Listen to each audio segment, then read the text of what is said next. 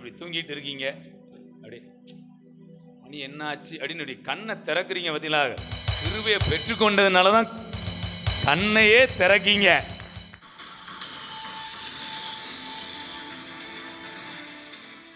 கிருபை எப்போ கிடைக்கும் உங்களுக்கு?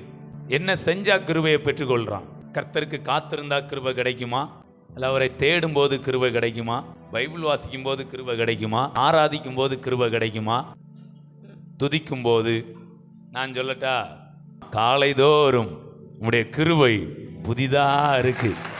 நீங்க எந்திக்கிறதே கிருபையினால தான் எந்திக்கிறீங்க. நாம் ஏதோ ஒன்றை செய்வதினால் கிருபை கிடைக்கவில்லை, நீங்கள் ஒன்றை செய்வதற்காகவே கிருபை கிடைக்கி. நமக்கு சில நேரம் அப்படிதான் தோணும், நான் எதையாவது ஒன்று செஞ்சதான் கிருபை என்ன செய்யணும் பெற்றுக்கொள்ள. அப்படி தூங்கிட்டு இருக்கீங்க, அப்படி மணி என்ன ஆச்சு அப்படின்னு கண்ணை திறக்கிறீங்க. பார்த்தீங்களா, கிருபையை பெற்றுக்கொண்டதுனால தான் கண்ணையே திறக்கீங்க.